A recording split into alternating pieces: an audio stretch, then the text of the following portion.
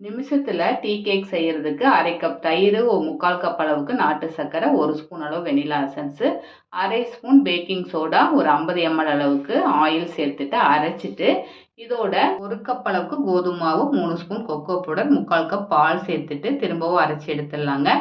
இப்போ இந்த கேக் பேட்டரை சின்ன கப் எடுத்து அதில் ஆயில் தடவிட்டு ஒரு 1/2 கப் அளவுக்கு ஊற்றிக்கலாங்க. குக்கரை நான் ஆல்ரெடி ஃப்ரீ ஹீட் பண்ணிட்டேங்க. அடிக்கனமான தோசைக்கல் வச்சுட்டு ஃப்ரீ ஹீட் பண்ணி வச்சுக்கிறேங்க. இப்போ இதில் இந்த கப் எல்லாத்தையுமே வச்சுட்டு ஒரு 25 நிமிஷம் லோ ஃப்ளேமில் விட்டுடலாங்க. நீங்கள் ப்ரீ ஹீட் பண்ணலாம், 40லேருந்து 45 நிமிஷம் வரைக்கும் விட்டுருங்க லோ ஃப்ளேமில். இப்போ இந்த கேக் ரெடி ஆயிடுச்சு பாருங்கள். நம்ம இதை எடுத்துட்டு ஆற வச்சுட்டு ஓரங்களை இந்த மாதிரி எடுத்து விட்டுட்டு எடுத்துக்கலாங்க.